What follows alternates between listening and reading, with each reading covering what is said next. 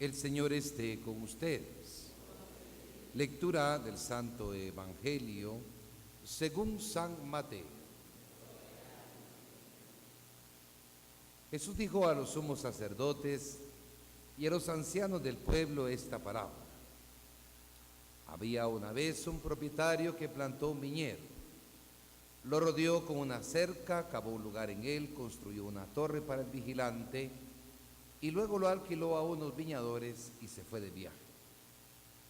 Llegado el tiempo de la vendimia, envió a sus criados para pedir su parte de los frutos a los viñadores.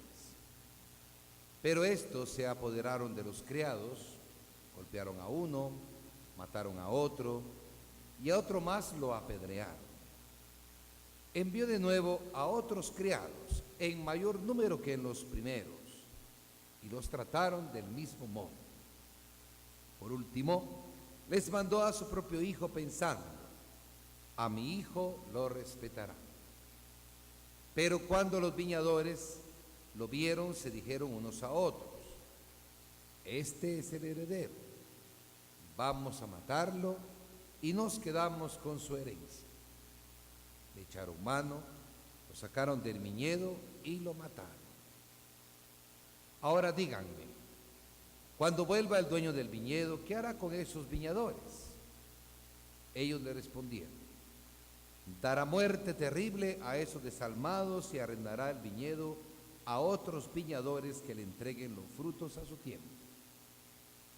Entonces Jesús les dijo: ¿no han leído nunca en la Escritura: la piedra que desecharon los constructores es ahora la piedra angular?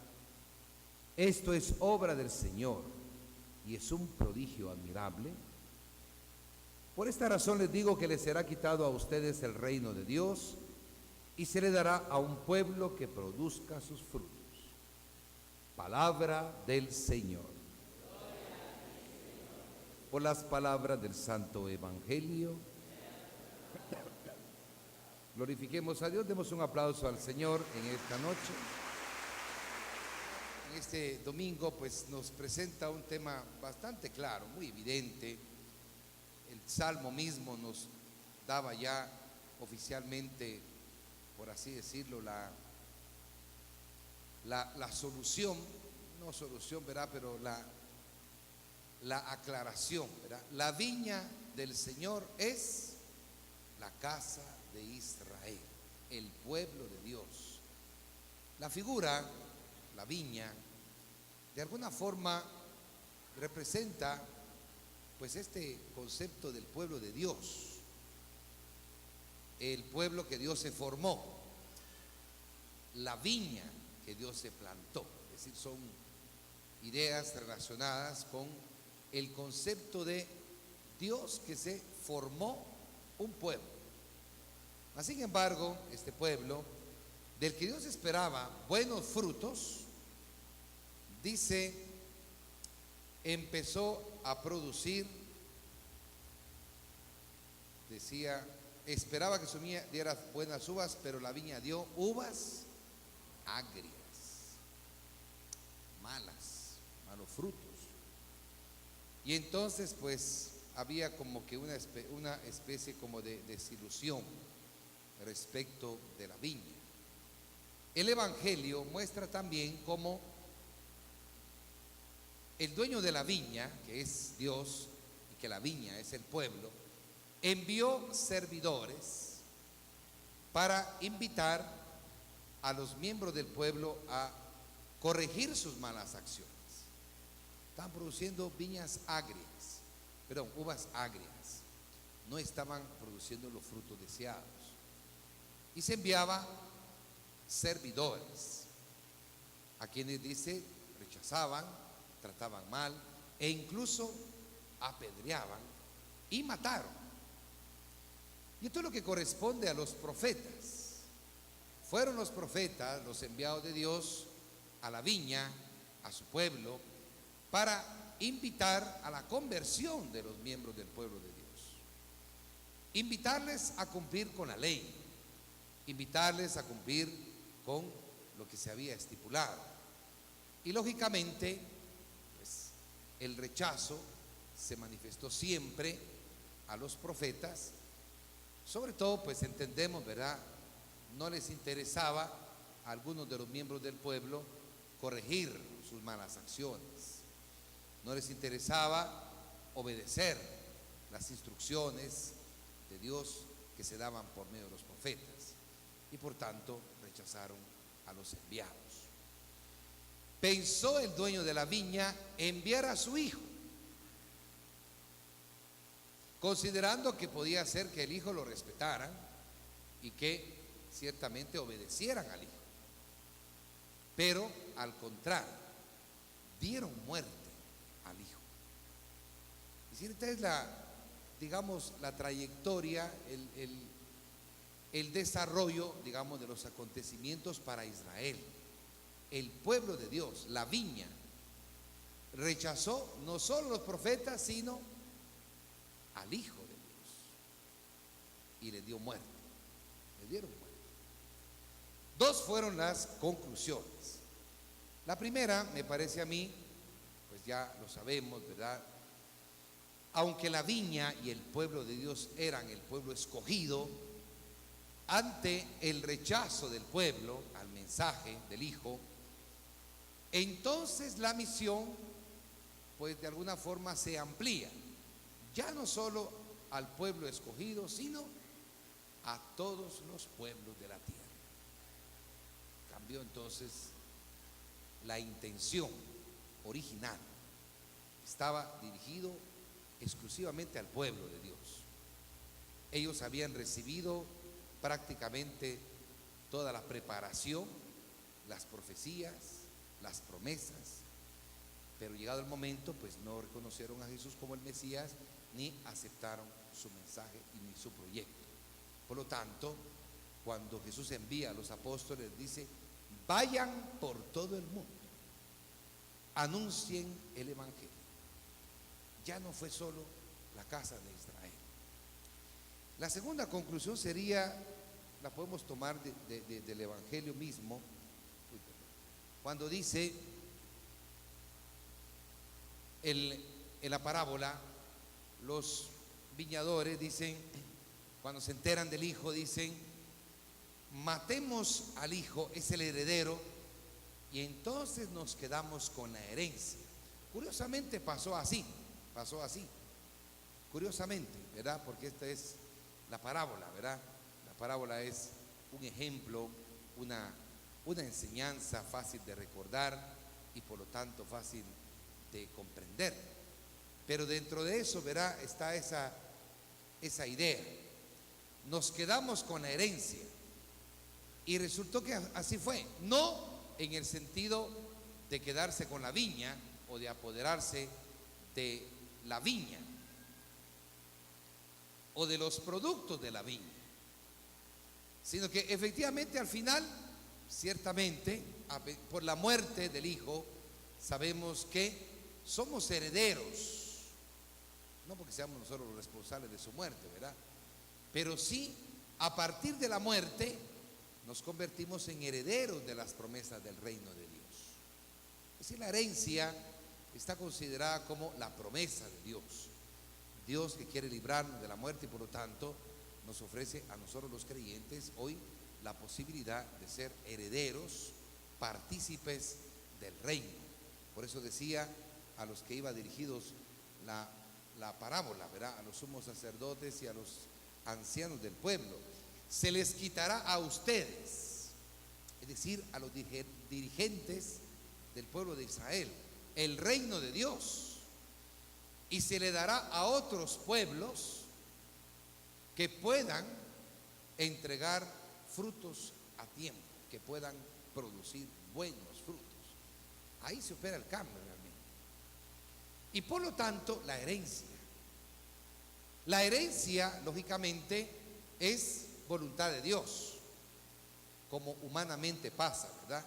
Un padre, una madre va a heredar, si tiene algo que dar, ¿verdad? Contar que no sean deudas, contar que no sean pagarés. Si un padre o una madre desea, va a heredar según su voluntad. Bueno, desde el punto de vista de Dios también tenemos esta perspectiva. El Señor, por voluntad propia, quiere que participemos de su reino. No se trata de lotes, no se trata de terrenos, no se trata de propiedades, pero sí la posesión del reino de Dios. Esta es la herencia, este es el proyecto de Dios, esta es, por así decirlo, la forma como Dios pretende de alguna manera premiarnos, premiar el esfuerzo de una buena administración. Por lo tanto, yo creo, todos aquí, aunque no tengamos título, somos administradores. Especialmente se nos ha confiado a cada uno, de alguna manera, se nos ha confiado una porción, una parte de la viña del Señor. Toca a ustedes, padres de familia, ser los administradores de esa porción del pueblo de Dios que Dios mismo les ha confiado. Por supuesto, sin tener el título, ¿verdad? A otros se nos ha confiado también otra porción del pueblo de Dios. Por lo tanto, de alguna forma todos somos administradores. En primer lugar, de nuestro tiempo, saber administrar nuestro tiempo de la mejor manera. Administradores de los bienes materiales. Ciertamente todos de alguna forma tenemos que saber ser responsables con la correcta administración de los bienes, empezando por los ajenos. Ser buenos administradores, personas que nos distingamos por lo menos por ser honestos, responsables, honrados. Es decir, estamos inundados, ¿verdad?, del ambiente de corrupción. Ciertamente campea la corrupción por todos los sectores de la sociedad. Bueno, se espera de los creyentes, ¿verdad?, que no seamos presa fácil de la corrupción y que sepamos ser buenos administradores, insisto, primero de los bienes que no son nuestros. Hay en la empresa, hay en el trabajo, hay en la industria, en el negocio, en lo que hacemos, ¿verdad? Ser buenos administradores, entregar las cuentas cabales, hacer nuestro trabajo lo mejor posible, ¿verdad? Ciertamente, cuando una persona logra avanzar por muchos años, permanecer por mucho tiempo en un trabajo, seguramente es por eso, ¿verdad? Porque ha sido buen administrador, buena administradora, responsable en el quehacer y sobre todo en su gestión. En segundo lugar, también buenos administradores con los bienes propios, porque ciertamente somos conscientes, ¿verdad?, que los precios han subido, los sueldos no han subido, ciertamente, pero hay que saber administrar de buena forma. Tienen fama las mujeres de ser buenas administradoras, dicen por ahí. Les gusta a las señoras, ¿verdad?, buscar los precios más baratos, ¿verdad? Les gusta a las señoras los descuentos, ahorrarse, ¿verdad?, ahorrarse en los precios, comparan los precios, ¿verdad? Tienen su listado de precios ustedes, ¿verdad? Que el café está más barato aquí que allá, que el azúcar sale más barato así que acá. Y tienen sus guardaditos también. Tienen sus guardaditos las señoras. Eso las convierte en buenas administradoras. Lo único es que a veces dice de que lo que se ahorran se lo terminan gastando también, dice también, pero son las malas lenguas. Yo creo que efectivamente la buena administración tiene que de verdad preocuparnos en el hogar. Y creo necesariamente pues habrá que recordar nuevamente, ¿verdad?, saber educar a los hijos, especialmente a los pequeños, en el recto uso también del dinero. Es cierto, es verdad El dinero es para gastarse, es cierto que sí, para eso existe, ¿verdad? Pero no para gastárselo todo en un minuto. Que le dan 5 quetzales, desaparecen los 5 quetzales. Que le dan 10, desaparecen los 10 también. No sé si en algún caso les darán 20, ¿verdad? Porque no sé si llegamos a tanto. Pero si les dan más, desaparece el dinero así, por obra de arte. Por lo tanto, saber infundir en los niños, ¿verdad? Está bien, es para gastarse, pero no todo. Saber guardar una parte, saber estimular en los niños, ¿verdad? Este concepto del ahorro.